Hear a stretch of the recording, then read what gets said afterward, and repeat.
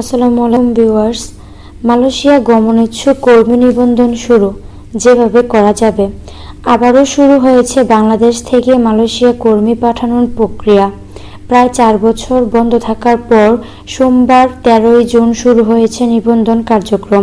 এই প্রক্রিয়ায় দেশটিতে যেতে ইচ্ছুক কর্মীরা নিবন্ধন করতে পারবেন। জনশক্তি কর্মসংস্থান ও প্রশিক্ষণ ব্যুরো বিএমইটির মহাপরিচালক মোহাম্মদ শহীদুল আলম জানান, মালয়েশিয়ায় যেতে ইচ্ছুক কর্মীদের ডাটাবেজ করা হচ্ছে। আগ্রহী কর্মীদের প্রথমে বিএমইটির ডাটাবেজে অন্তর্ভুক্ত হতে হবে। তারপর তারা এখান থেকে কর্মী বাছাই করবে। কোন কোন কাজে কর্মী নেবে? মালয়েশিয়া মূলত কৃষি, নির্মাণ, খনি, গৃহকর্ম, বাগান ও পরিচ্ছন্নতা কর্মী হিসেবেই নেবে তারা।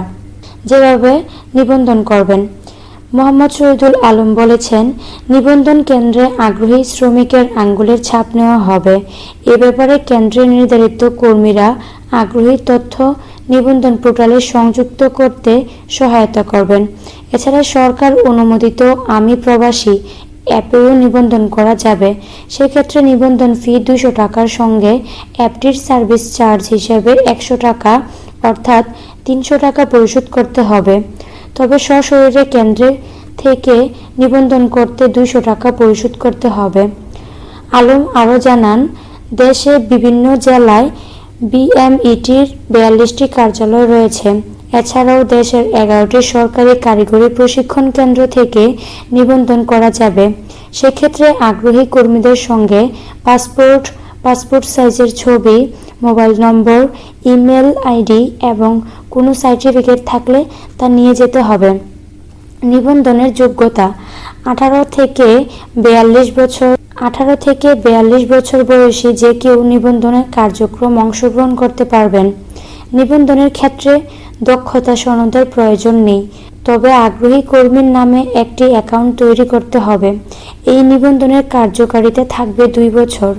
এই সময়ের মধ্যে আগ্রহী কর্মী নিজের সম্পর্কে যে কোনো তথ্য আপডেট অথবা এডিট করতে পারবেন। কর্মীর নতুন কোনো ডিগ্রি, প্রশিক্ষণ ও দক্ষতা অর্জন করলে সে সম্পর্কিত সার্টিফিকেট আপলোড করা যাবে।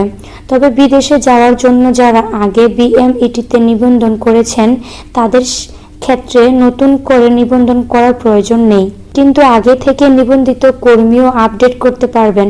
নিবন্ধন প্রক্রিয়া সম্পূর্ণ হলে কর্মীর ফোন নম্বর একটি বার্তা যাবে।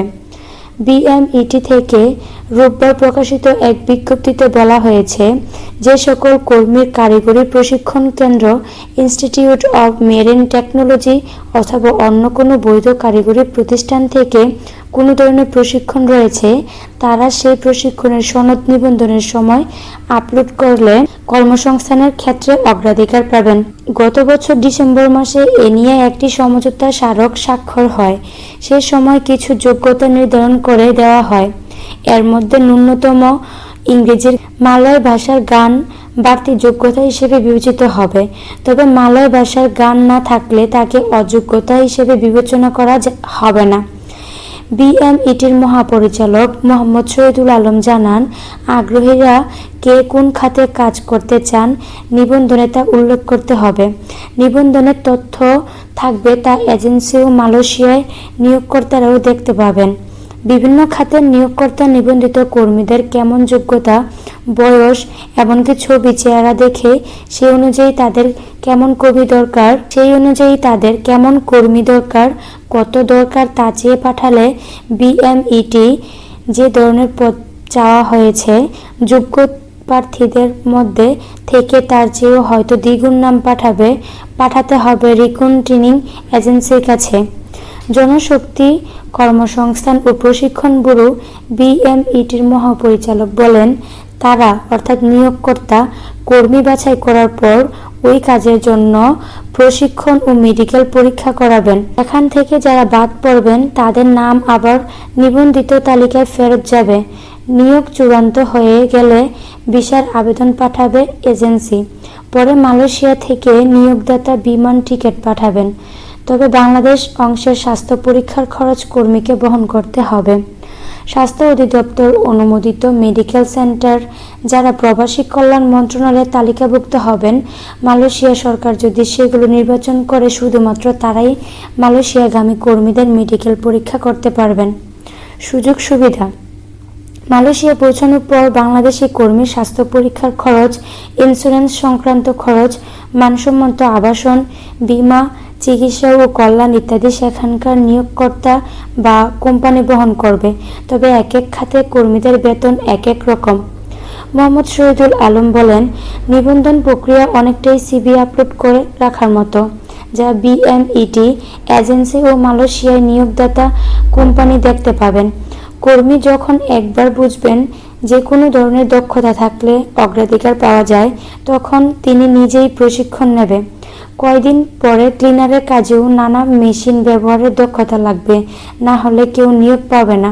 বাংলাদেশের বৈদেশিক শ্রমবাজার হিসেবে মালয়েশিয়া খুব গুরুত্বপূর্ণ, কিন্তু দুর্নীতি আর অনিয়ম অভিযোগ তুলে বাংলাদেশ থেকে 2 বার কর্মী নেওয়া বন্ধ করে দেয় মালয়েশিয়া। সর্বশেষ 2018 সাল থেকে বাংলাদেশ থেকে কর্মী নেওয়া বন্ধ রয়েছে। গত বছরের ডিসেম্বরে বাংলাদেশের সঙ্গে মালয়েশিয়ার সরকার কর্মী প্রেরণ বিষয়ক একটি সমঝোতা স্মারক স্বাক্ষর করে। এরপর ও কর্মী নিয়োগ বন্ধ ছিল, কারণ মালয়েশিয়ার তরফ থেকে শুধুমাত্র 25টি রিক্রুটিং এজেন্সির মাধ্যমে কর্মী নেওয়ার সিদ্ধান্তের কথা জানানো হয়। পরে বাংলাদেশের এজেন্সিগুলো এই সিদ্ধান্তের বিরোধিতা করে। এছাড়া বাংলাদেশের সরকারও বিষয়টি নিয়ে দ্বিমত পোষণ করে। এরপর থেকে 6 মাস ধরে 2 দেশের সরকারের মধ্যে শুধু চিঠি চালাচালি হয় এবং বারবার মালয়েশিয়ার পক্ষ থেকে যৌথ ওয়ার্কিং গ্রুপের বৈঠক পিছিয়ে দেওয়া হয়। অবশেষে চলতি মাসের 2 তারিখ প্রবাসী কল্যাণ মন্ত্রী ইমরান আহমদ এবং মালয়েশিয়ান মানব সম্পদ মন্ত্রী মালয়েশিয়ার মানব সম্পদ মন্ত্রী সারাবানের উপস্থিতিতে ঢাকায় 2 দেশের একটি যৌথ ওয়ার্কিং গ্রুপের বৈঠকে বিষয়টির এক ধরনের সুরাহা হয়। নির্দিষ্ট সংখ্যায় এজেন্সির উল্লেখ না থাকলেও মালয়েশিয়া শুধুমাত্র তার পছন্দ মতো এজেন্সির মাধ্যমে কর্মী নেবে বলে সিদ্ধান্ত হয়।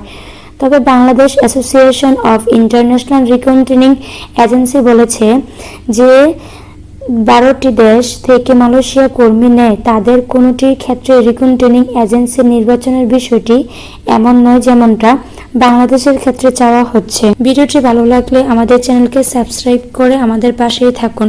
সবাইকে।